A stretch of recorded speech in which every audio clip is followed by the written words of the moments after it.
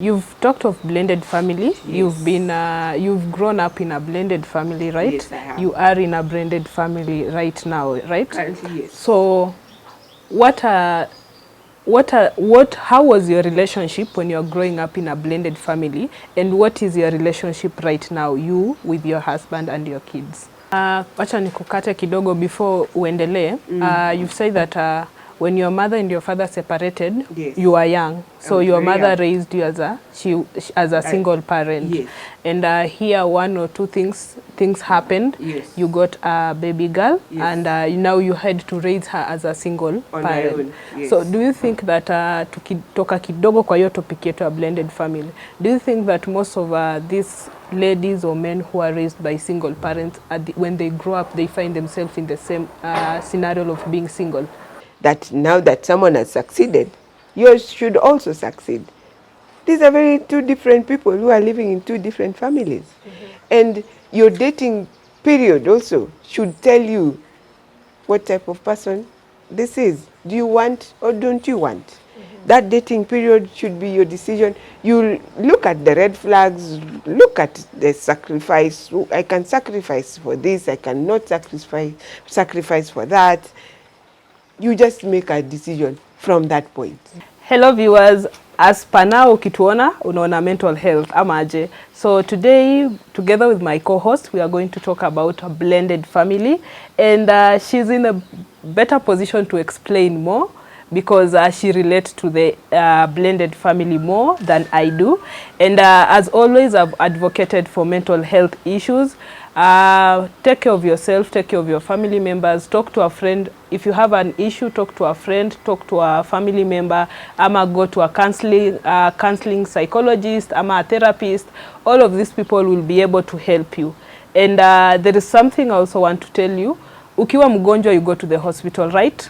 If you have spiritual issues, you go to the church. If you want education, you go to school. So also if you want mental health, look for counselors. We've been having issues za watu kwenda in the church, of which I'm not saying the church is bad. They have counselors, they help you, but at some point unapata what we are getting from the church is different from what the counselors are offering us. So if you have a mental health issue, kindly go to a counselor, to a therapist, or to a psychologist. They will be able to help you. Sasa on our topic, Magdalene, welcome.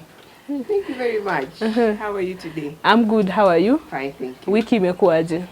Busy as usual. This Nairobi, you have to be busy.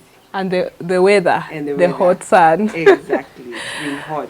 So yes. Tell us more about blended family. What is a blended family? A blended family comes into play, different from a polygamy. You know, sometimes people can confuse the two. They are different in this way. In a polygamous family, here is a father who has several wives and their children, but they're all alive and they live together. In a blended family, on the other hand, these are two separate individuals who are now a couple, but both of them have children. Either widowed on this side or separated on this side, divorced on this side, you know, depending on the circumstance of their being single as a parent. They come together, they want to get married, they get married, and they have children. So both of them have come from children from separate relationships into this marriage, and probably have even given birth. The two of them have brought a child into this relationship. So you have your son, probably, who is the eldest, or he has children who are older than your child or your children. So they mix into each other here as brothers and sisters. And then now the couple also has a child or children. So in short, mimi if I'm married, nikioleka kwa mtu, then at the end of the day, my first marriage is not working. I divorce my husband. Yeah. I get somebody, maybe the wife died, and I have children. Kwa hii marriage ya kwanza niko na watoto, yeye pia kwa hiyo marriage yake ako na watoto. Sasa tukikuja pamoja and we get married, that is a blended family. Lakini nikienda kuoleka kwa mtu mwenye ako na bibi kitambo, that is a polygamous family. You're continuing to be in the list of his wives. So amekuwa na bibi bado yuko. That is a polygamy. So blended and polygamous. So today we are not going to focus kwa polygamous. Today Tuweke we can polygamous. focus on the blended. Tuende na blended. Blended. So we've said you come with your family, I come with my family. Yes. We are here We are together. here and we now create a family. We create another We family. create a family here. So how is our relationship with these children from both these That was the separate question families? I wanted to ask. How is our relationship going to be moving forward now that even we have a child or children together? So in this type of discussion, I will be very, very clear. We are not here to answer questions. We are here to highlight issues, and we need suggestions and we want feedback, because we are just highlighting the emotional issues here that take place. How are these children relating? How is the environment? Is it conducive? By that I mean, is the father and the mother now who have been created here, how well do they love all these children together? Is there bias? Is there entitlement? Do you feel like your child is more entitled?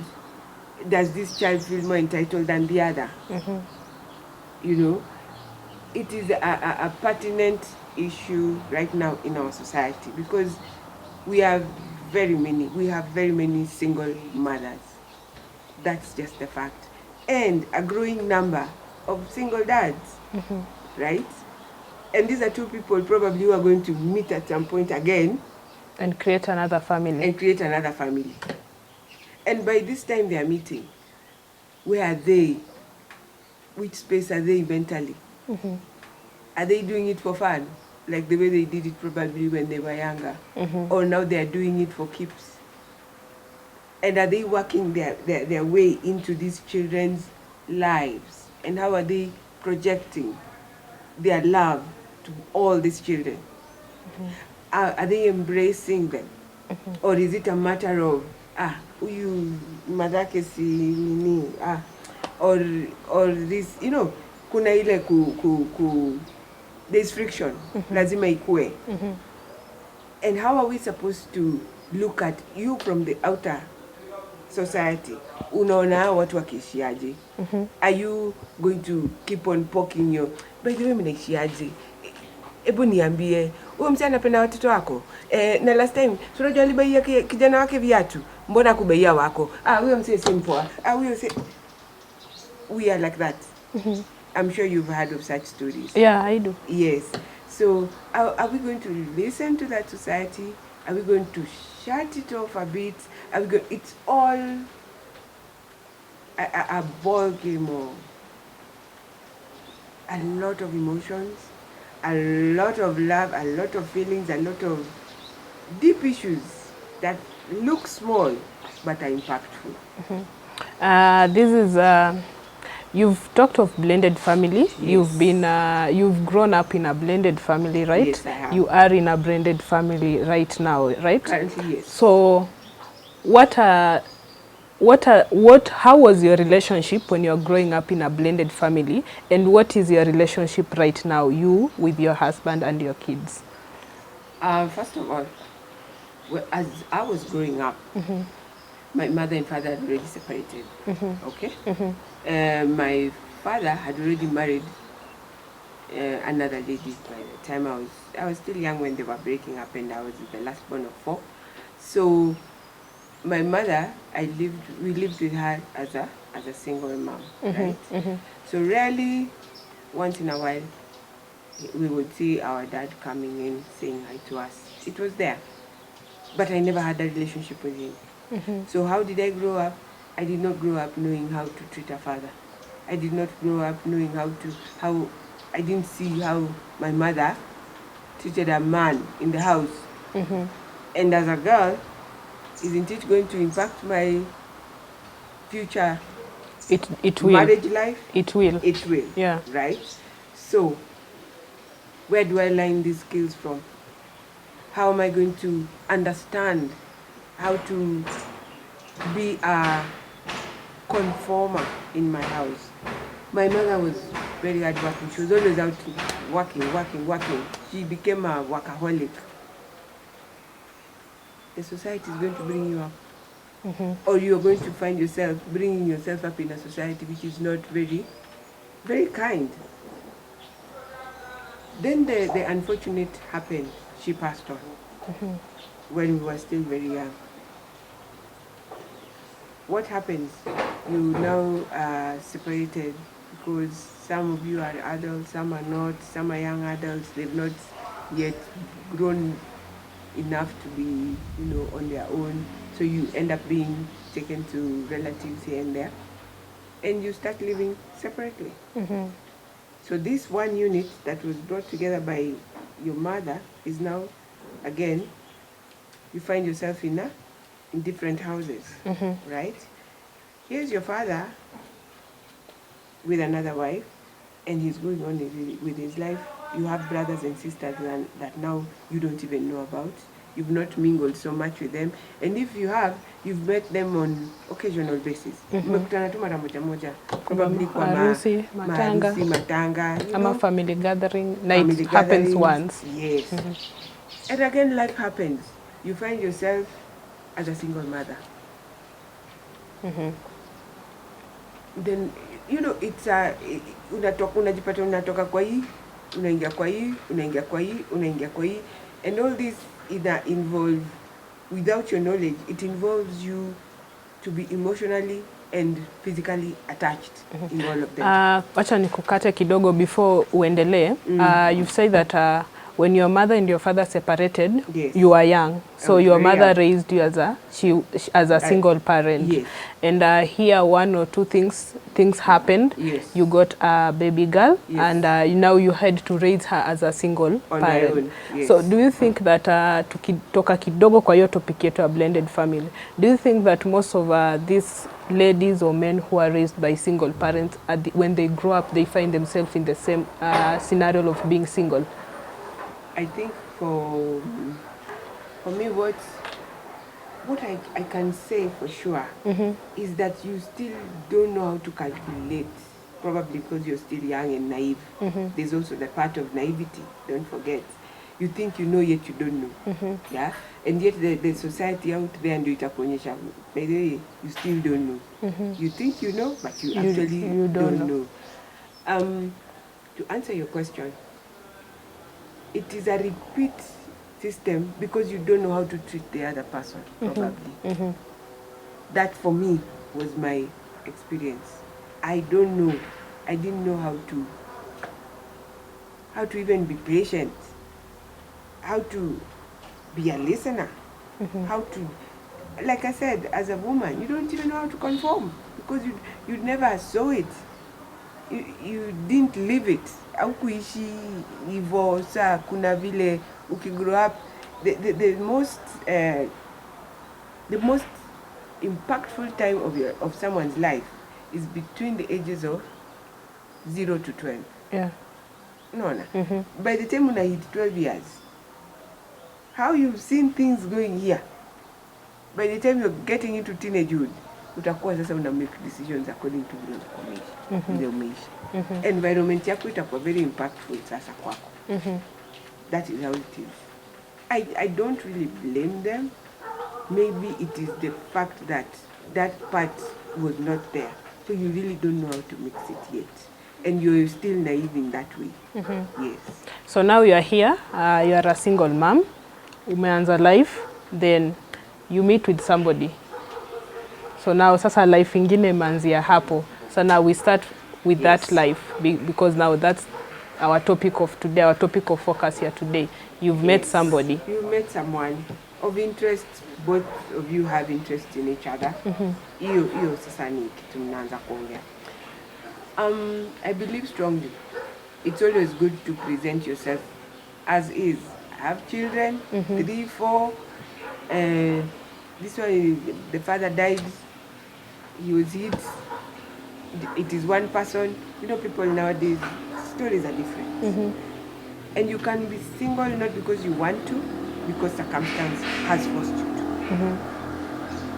And that person also is now a single person, a single dad, because of circumstance or whatever happened to you. So for you to start this affair, I believe communication is key. And just saying it and being open about everything and anything. So that isifike some point in future, kumbe watoto wa huyu msee bado wengine wako kwa anti yake sijui mgani na hakuwahi sema, ama because alikuwa anasaidia grow up in a different way. Alafu sasa inakuwa mbona hukuniambia? Mbona hukusema? Si nafikiri ulikuwa unasema hivi na hivi. Kumbe huyu ndo alikuwa mama yao mtoto si huyu. Vitu kama hizo. Communication is key. Once you start communicating at a level of now, we are serious. You know, there's also the part that I'm still getting to know you. So I can't really tell you everything about myself. Yes, you know I have children, but you don't have to know the mother of my children first. I first want to know you so that I see, are you going to be the best fit for my children or not? And vice versa. As you date this person, is he going to be the right fit for your child or your children or not? As a father. So now most of the time everything has advantages and disadvantages, right? So advantages gani do we get from a blended family, and what are the disadvantages of a blended family? The advantages are diverse. In fact, you can look at advantage in different ways. By advantage, what do you see as an advantage? This is a growing family. Maybe my child didn't have siblings. Now they have siblings. That is an advantage to that child. Now they know how to relate with each other as siblings. Okay.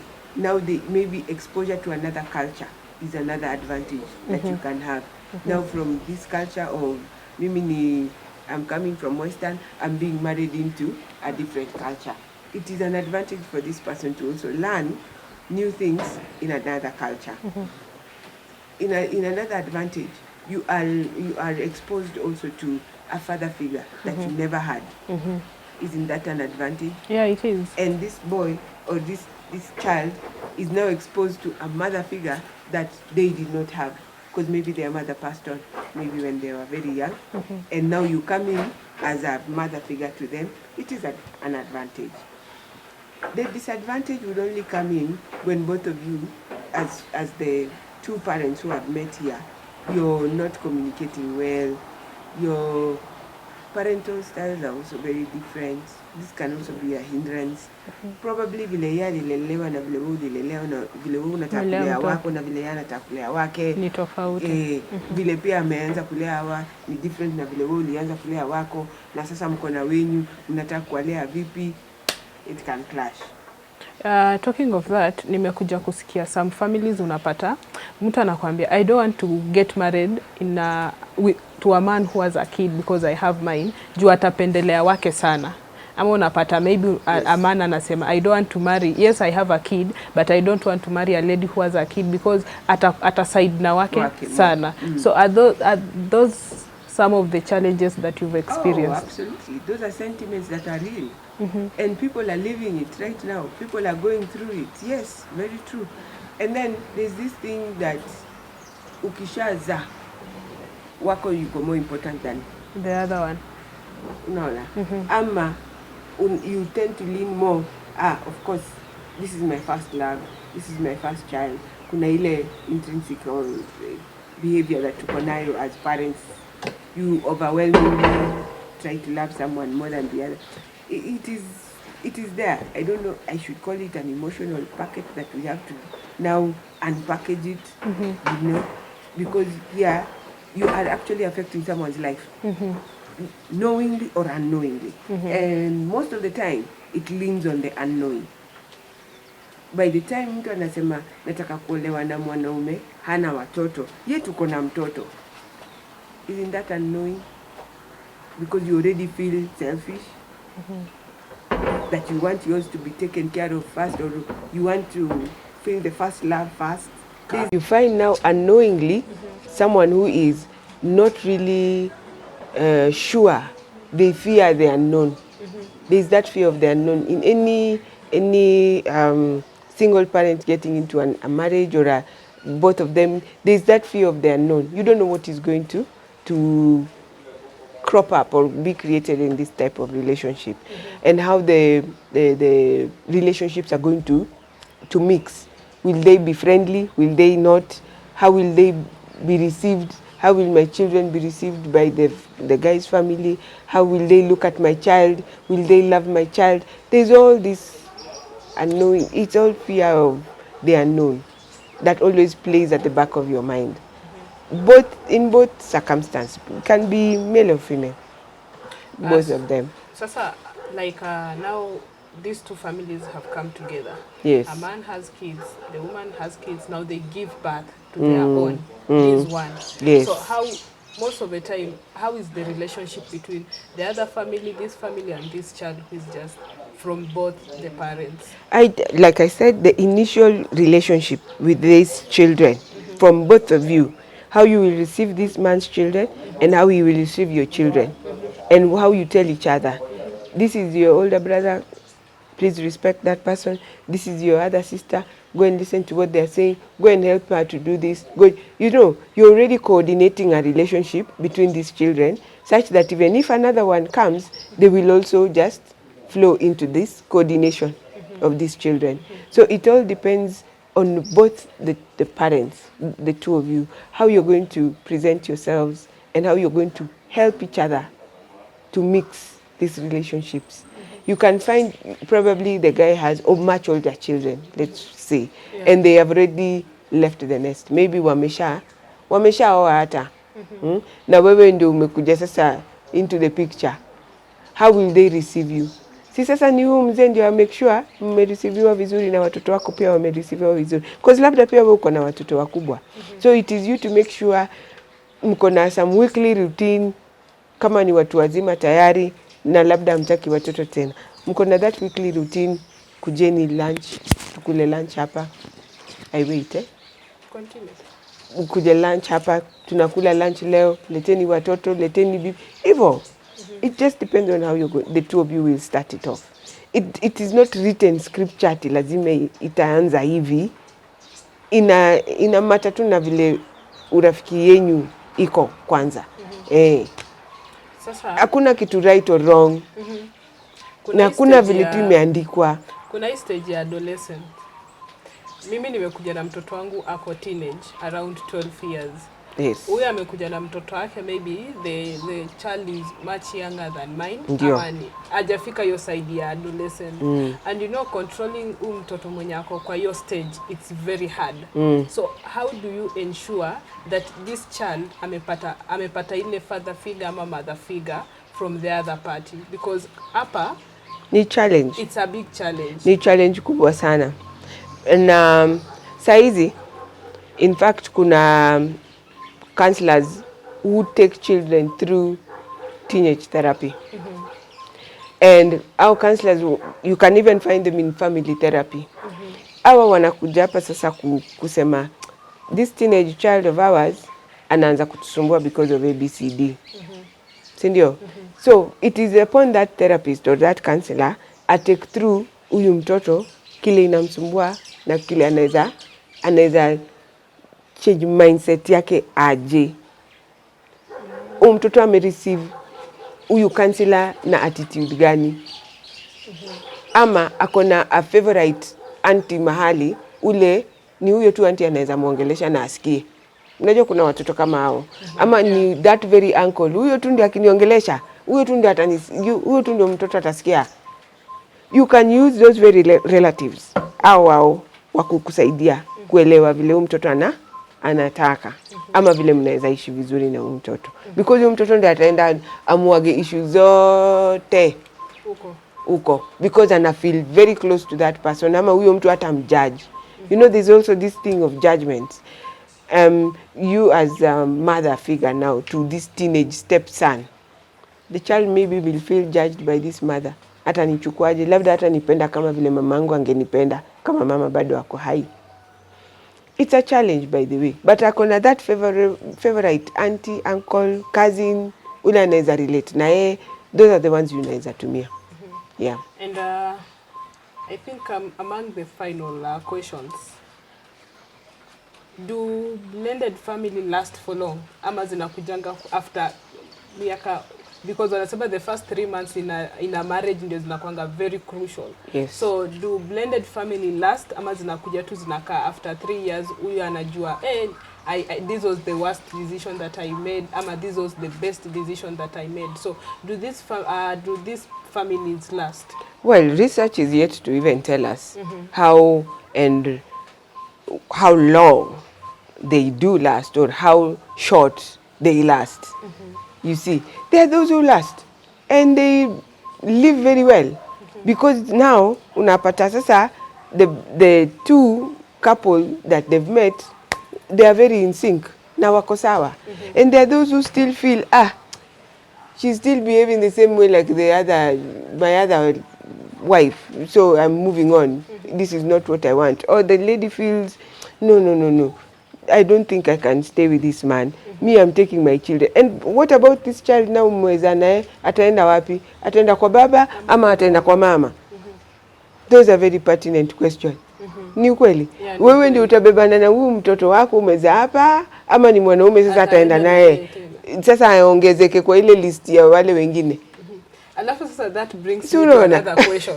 Mbona most of this blended family, huyu amekuja na watoto wake, they wanna taking time, like most of them wenye nimeona like there is this couple, there's a lady from Luoland got married to a Germany person and she's like, I'm not going to give birth anytime soon, don't expect me to give birth, because she has 2 kids, the guy has 2 kids.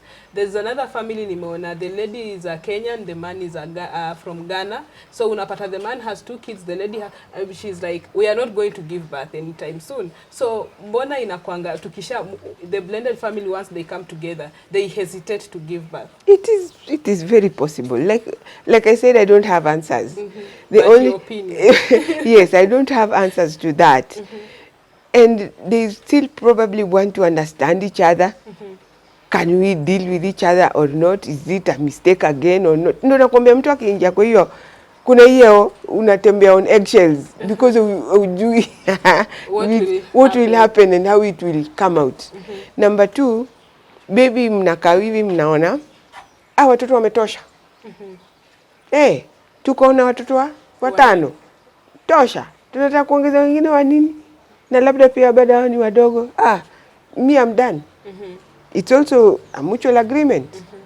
And there are those who decide I am not giving birth vile unasema. Full stop. Nimefunga hapo. It's all personal. It all now boils down to a personal level hapo. Ama the hiyo yenye ulisema fear of the unknown. Fear of the unknown.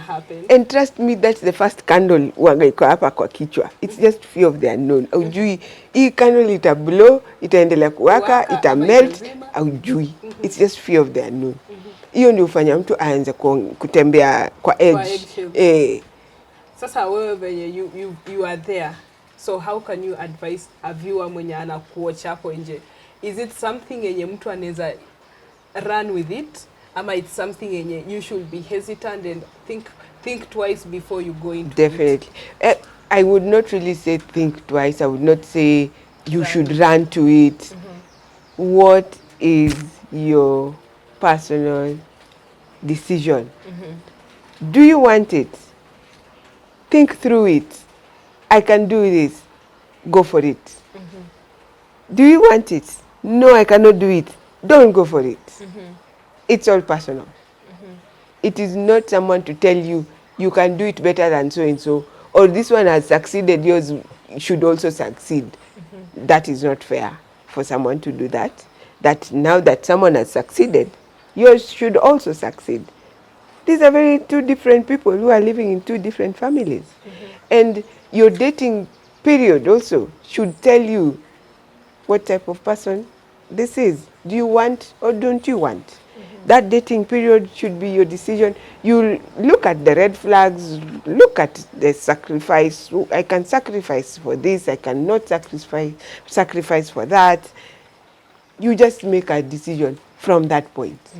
Because by the time you're getting to know you want this person and you're coming from a singlehood kind of setup, maybe you're a single parent, that is, I believe you're mature to know what type of person you want in your life. you have made up your mind. If they don't come with this package, I don't want. If they have this, I think I can deal with.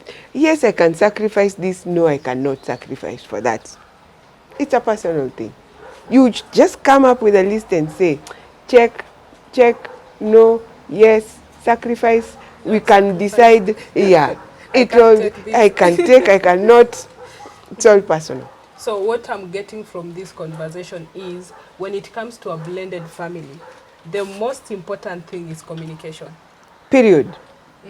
Because there's no other way. When you communicate what you want, oh, yes, and how you've been treating your child, and the other person communicates, yes, how they've been treating your child, it will be very much easier kulea our watoto wote wawili, because you know this is the extent I can go when treating this child. And you've communicated with your partner. Yes, and that also goes back to them. And don't forget, there are partners also who can be very difficult. They don't communicate. Ukipata mse ongei. So what do you do in that scenario? Sasa ndio inaitwa kana, mtu ndio unasikia mtu anasema ngoja kwanza hatutazaa mwingine, hatutazaa sahi until further notice, because you want to know this person first, or you feel that there is another side of him bado hujamuelewa. You never know. Nakwambia iko na dynamics mingi sana. Juu hapa lazima you know the man, and also you know the children. Yes. Or the man knows this woman, and at the same time he should know the Yes. children. So I think kuna a lot of knowing each other. It takes time. It takes time. And it should take time, because it is very sacrificial. By the time you're getting into that type of a marriage, you have sacrificed a lot. And before we started this show, our producer asked you a question that when now you are in a blended family, then you pass on and your husband passes on, na mumeacha watoto, who will inherit the properties that mumeacha nyuma? You can imagine how disastrous that can be. And it is both, like I'm saying, this communication also will trickle down to the children. This is what we were expected of us. This is not what was expected of us. Or they can simply decide as adults, let us do this and let us not do this. They can be mutual and agree. Some will fight for as long as it takes to fight. Be a big and takes time in court and whatever. You never know, because you did not leave a will. Maybe both of you did not even have any stake in anything. Like, what can you say? Hawa watoto ulikuja nao, hawa watoto alikuja nao, nani ako na entitlement hapa? Ni huyu mmezana ama ni wale ama wote sasa ndio wako na entitlement? Ndio nakwambia hiyo sasa naona ni kitu lazima wazee wakae chini na wote wako na entitlement, because wote mmesikizana mkaishi kama mama na watoto wao na baba na watoto. But in this case, kukuja kukuwa na hiyo entitlement, wote wako entitled to this property. Yes. Only when the man married the wife officially. Yes. So kama, that is by law. Kama hiyo ya kamuiste ile ya ushago kwetu yenye huyo bwanake alikufa, huyu bibi yake akakufa. Siku hizi watu wamechanuka, because hata bwana akioa na anajua huyu si bibi yangu wa kwanza, anambaia shamba. Au fanya hivyo, by the way. Atambaia shamba, amweke place yake hapo, si ndio amependa. So anatake initiative na anafanya hivyo. Ndio hata vitu mingi because he has lived enough to see such kind of things that have happened in the past. Now how vile mtu anateswa ama vile mwanamke anarudi anateseka na watoto wake inafanyika. So siku hizi watu wamechanuka, wananunua place yao, wanajitengea. It happens. Things are changing. But all in all, it's communication. All in all ni communication. Mnasikizana tu. Na mmesikizana na watoto. Ni kusikizana. Even if you are not there, yes, they will have that respect. Yeah. Dio. Our father and our mother, they wanted this. They wanted this. So we are going to let's do this for them as they wanted. So I think so too. It has been a good discussion. Thank you. And I hope our viewers mmesoma one or two things, just like me. Nimesoma communication is very important kwa hii blended family, because at the end of the day, tuko na watoto hapa, they need to relate as sisters and brothers. So how are they going to relate if we don't communicate? And if we don't communicate, it will still affect our watoto wenye tumekuja na wao, right? Correct.